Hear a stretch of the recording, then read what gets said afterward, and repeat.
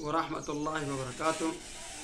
Naam ndugu zangu, ni mimi wenu Sheikh Murithi wa Kenya, na kuombeni mshare, mlike na kucomment na kusubscribe katika channel yangu Sheikh Murithi wa Kenya, Riyadh ya elimu. Leo tukiwa na kitabu hiki cha Kanzul Fawaid wal Mujarrabat fi Qada'i al Hawaij. Sawa?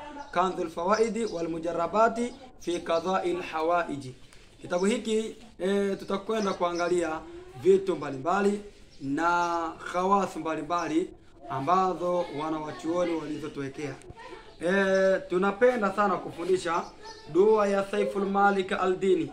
Hii ni dua ambayo endapo mtu ana majini makaidi, endapo mtu anaogopea kupatwa na ugonjwa wa virusi, lakini pia magonjwa mengine ya kuwemo magonjwa ya kichawi na matatizo ya magonjwa ya kawaida, namna gani unaweza kufanya. Hili litakuwa somo ambalo tutalifundisha kwa upana wake katika masiku yanayokuja biidhnillah tabaraka taala.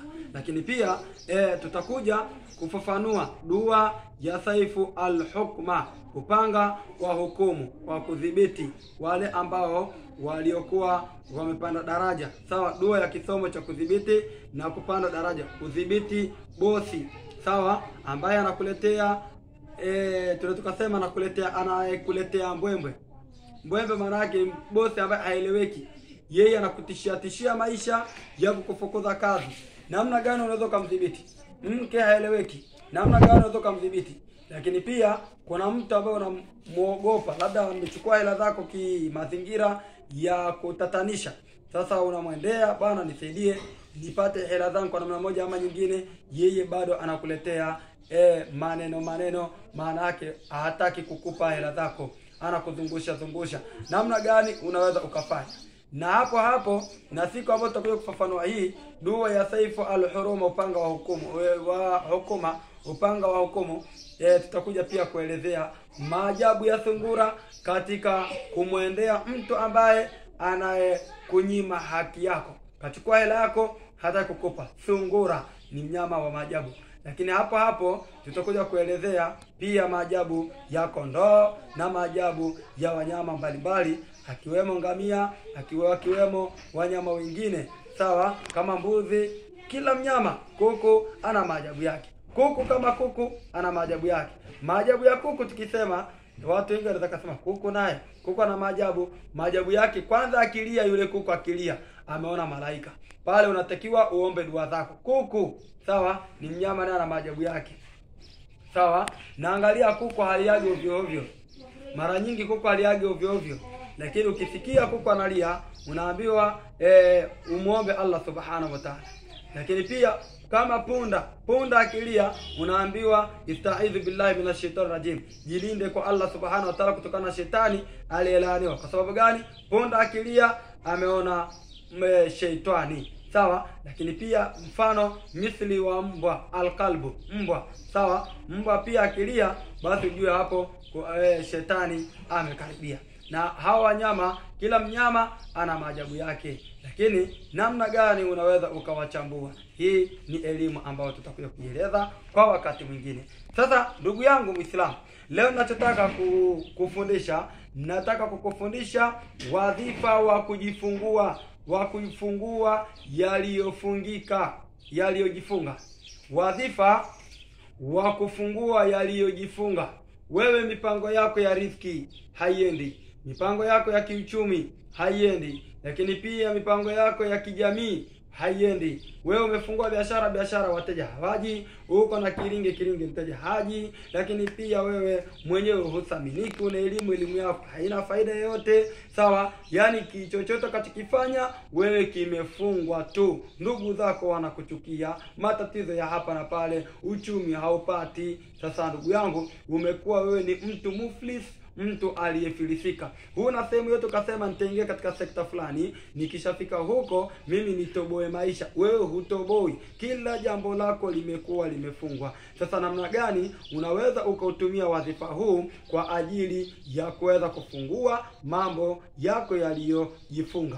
Tuelewane. Tukiwa tunaeleza mambo haya, tunaeleza mambo ambayo yamejifunga kiriziki na mambo ya kiuchumi, biashara, lakini pia sekta mbalimbali za elimu ulizokuwa nazo. Sehemu popote unapokwenda kuomba kazi unakataliwa, sehemu popote unapotaka kufanya jambo lako ili maisha yaende vizuri, wewe pia yani unashindwa. Maana kila sehemu unapoingia wewe unakuwa unafeli tu, mpaka wakati mwingine unajiuliza, hivi mimi nina kitu gani? Wakati mwingine kuna vijicho. Lakini katika hiki kijicho, hivi vijicho tutakwenda kuvichambua siku moja katika kitabu ambacho kinaitwa Sarimul Batari, upanga mkali, sawa, kwa kupambana na wachawi na watu wabaya. Hiki ni kitabu maalum pamoja na kitabu cha Ighathatul Madlumi fi Kashfil Asrar al-Ulumi. Na hivi pia ni vitabu maalum ambavyo tutakwenda kufafanua na kuzipambanua kwa siku yake Allah Subhanahu wa Ta'ala akipenda. Sawa, lakini pia nuksi, vijicho, hivyo vitu vyote vitakwenda kuchambuliwa katika wakati ujao. Lakini leo ni tuelewane, tuko katika wadhifa. Wadhifa maana yake ni uradi wa kufungua, ambao uradi huu utautumia wewe.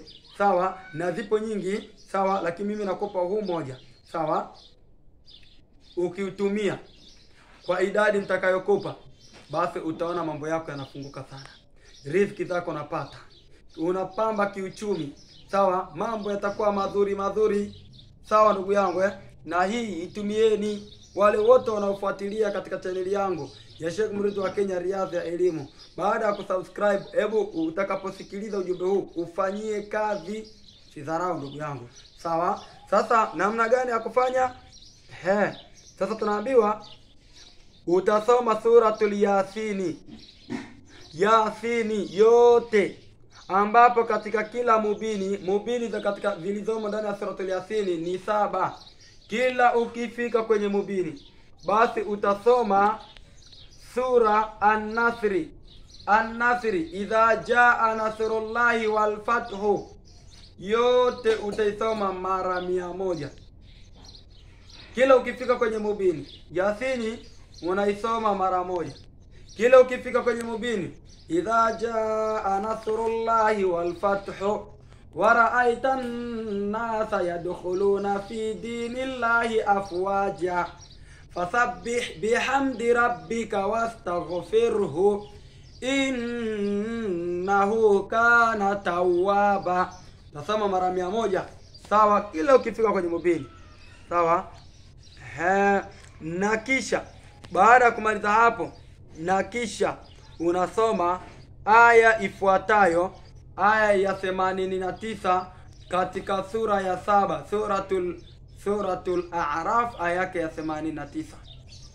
Aya hii utaisoma baada ya kumaliza suratul Yasin, lakini idadi yake ya kuisoma ni mara 444.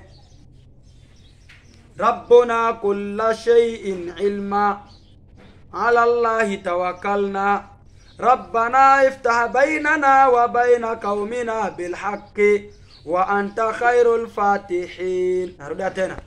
Rabbuna kulla shay'in ilman, ala Allahi tawakkalna, Rabbana iftah bainana wa baina qaumina bil haqqi wa anta khairul fatihin.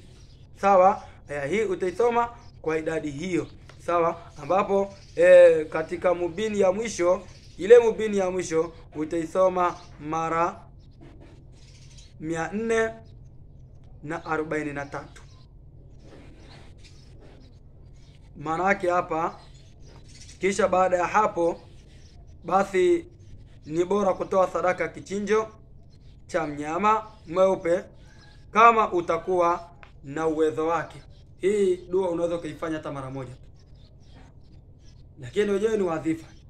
Ila kama huwezi kusoma masiku yote, unaweza kuisoma hata mara 1. Nisoma sura Yasin, ukishafikia kwenye mubin nasoma idha jaa nasrullahi wal fathu mara 100.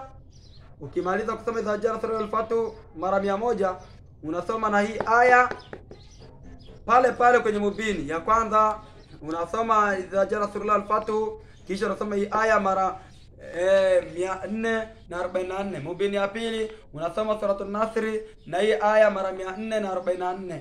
Mubini ya tatu unaisoma suratul Yasin kila yani unafika kwenye mubini ya 3 unasoma mubini ya 4 unasoma kama hivyo mpaka ile mubini ya 7. Ukishafika ile mubini ya 7 ndio sasa unaanza kusoma ile yani mpaka pale adhara bala na masalan wa nasiya khalqa qala man yuhyi al-'idhama wa hiya ramim qul yuhyiha alladhi ansha'a awwala marra wa huwa bikulli khalqin alim alladhi ja'ala lakum min ash-shajari akhdarin naran fa idha antum min tuqidun aw laysa alladhi khalaqa as-samawati wal arda biqadirin ala an yakhluqa mithlahum bala wa huwa al-khallaqul alim. Yani ile mubini ya mwisho tuseme kwanza ile aya mubini ya mwisho.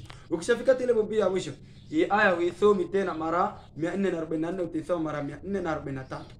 Baada ya kusoma suratul Nasr mara 100 unasoma mara 443.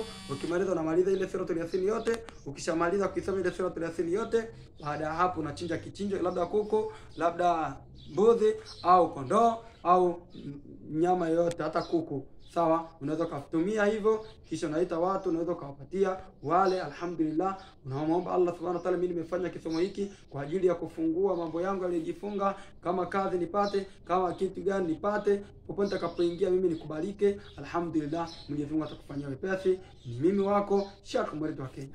Usikose kushare, like na kusubscribe katika channel yangu Sheikh Murithi wa Kenya, Riyadh Elimu. Wabillahi tawfiki wa hadha, assalamu alaykum wa rahmatullahi wa barakatuh. Shukran.